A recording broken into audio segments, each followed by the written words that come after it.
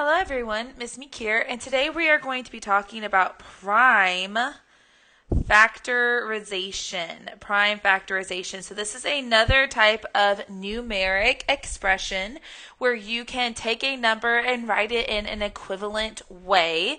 It represents the same number. It's just another way for us to write it. And this is going to be all about prime and composite numbers. So let's review what those are real quick. A prime number only has two factors, one in itself, meaning that the only way through multiplication that I can get that number is multiplying 1 times that number. So for example, 5. The only way I can get 5 with multiplication of whole numbers is 1 times 5, or 5 times 1, okay? The only way I can get 13 is 1 times 13, or 13 times 1. Same thing with 37. The only way I can get 37 is 1 times 37, or 37 times 1. The only two factors that number has is a 1 and a 37 itself. Now, a composite number has more than two factors. So, for example, 12, I can get 12 using multiplication of whole numbers. I can do 1 times 12, I can do 2 times 6, I could do 3 times 4. Composite numbers have more options. As you can see that with 100, I can multiply to get to 100 a lot of different ways. 1 times 100, 2 times 50, 4 times 25, 5 times 20. There are a lot of factors there for 100. So again, the difference of, or what we're going to be doing today is we're going to be taking a composite number, one that has multiple factors, and we're going to break it apart using multiplication and only end up with a list of prime numbers that when they are multiplied together will give us that original number that we started with. So let's go ahead and take a look at a starting question here, 18. What I want to do, how I want to do this is I want to ask myself what times what gives me 18. And there's actually quite a few different things that can give me 18. 2 times 9 can give me 18. 3 times 6 can give me 18. 1 times 18 can give me 18. However, using that fact, that multiplication fact, is not going to help me here in my prime factorization. What I want to do is use the method of a factor tree to break apart this 18. So let's go with 6 times 3. So 6 times 3 equals 18. I'm going to put the 3 here, and I'm going to put the 6 here. Remember, if I multiply these back together, I get that 18. Okay, so don't forget that that is a thing. All right. Now, I ask myself, it's either one of these numbers prime? If they are prime, I'm going to circle them, and that branch of the tree is done. If it is not prime, I have to continue to split apart the numbers until all I have left are circles, aka prime numbers. So is 3 prime? Is the only way with multiplication of whole numbers to get 3 is 1 times 3? Well, the answer actually is yes. So I am going to circle the 3. This side of my tree is done. This branch is done. Is 6 prime? Well, no, it's not, because I can multiply 2 times 3 and I can get 6. So again, 6 is not prime. I can break it apart because something times something other than 1 times 6 gives me 6. And so I go ahead and I break apart that 6 and write down that multiplication fact of 2 times 3. Again, remember, 2 times 3 gives me back that 6. Okay, so again, I haven't taken away anything. I haven't changed the value of any numbers. Everything is accounted for here.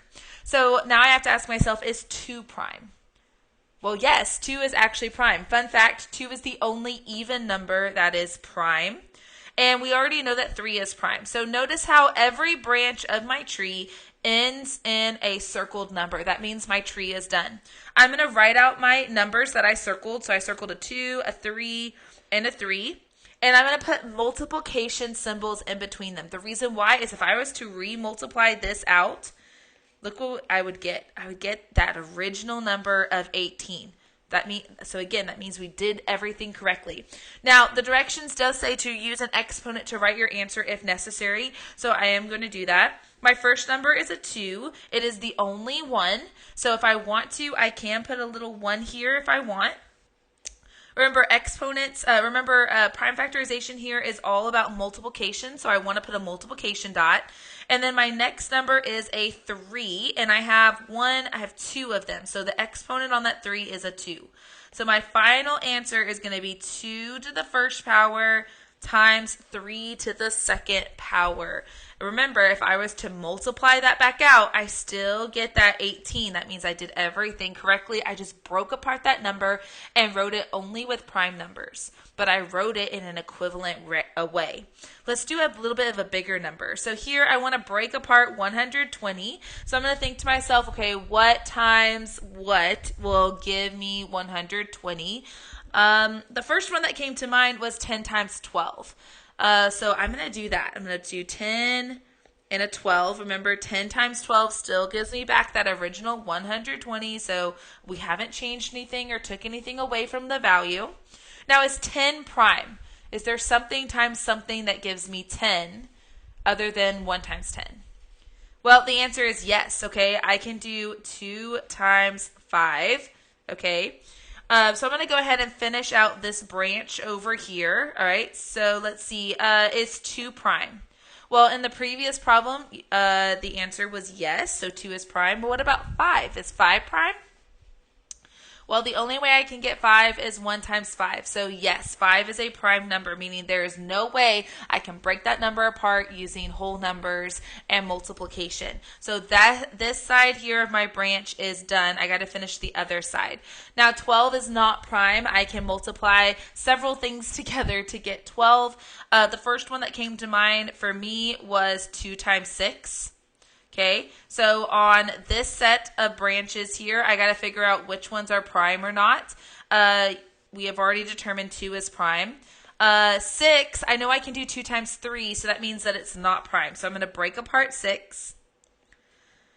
And then I end up with another 2, and 3 is also a prime number. So let's write out our answer. I'm going to do it over here to the side. So I have 2 times 2 times 2. Notice how I write all the numbers together, and I also write them in order, so from least to greatest, and I put multiplication signs in between them because this is a multiplication problem. We use multiplication to break apart this number.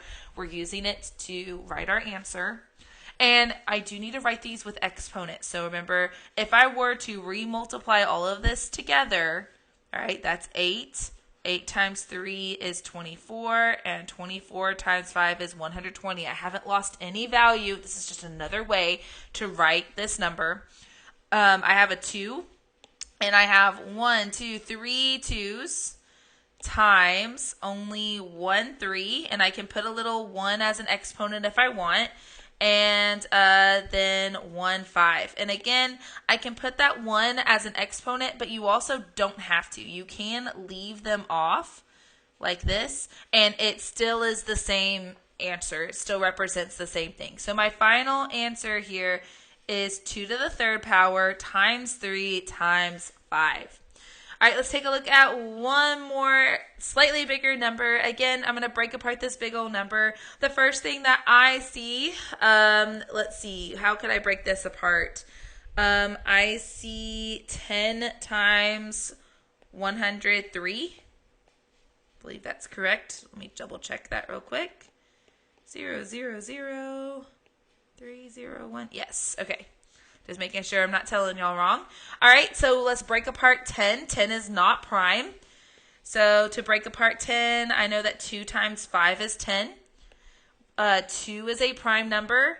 5 is also a prime number, meaning there's no way I can break it apart. Nothing times nothing gives me 5 other than 5 times 1, and that's not really helpful. It doesn't move along my problem. Okay, and then I have that 103. Now, 103 is a tricky one. Because it seems like it is prime. And so we're going to do a couple of tests to make sure that it is prime and that we don't jump the gun and just assume it is, and then we end up getting our problem wrong. All right, so first of all, is it even? Because if it's even, then that means that it can be divided by 2 or multiplied by 2, and so it would not be prime. It is not even. It is definitely a It is definitely an odd number, okay? Let's see. Can I divide it by 3? If I divide it by 3, we can do that math over here to the side.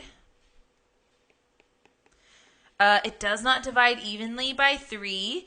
And the only other number that I would suggest that we check is 7, because 7's a tricky number.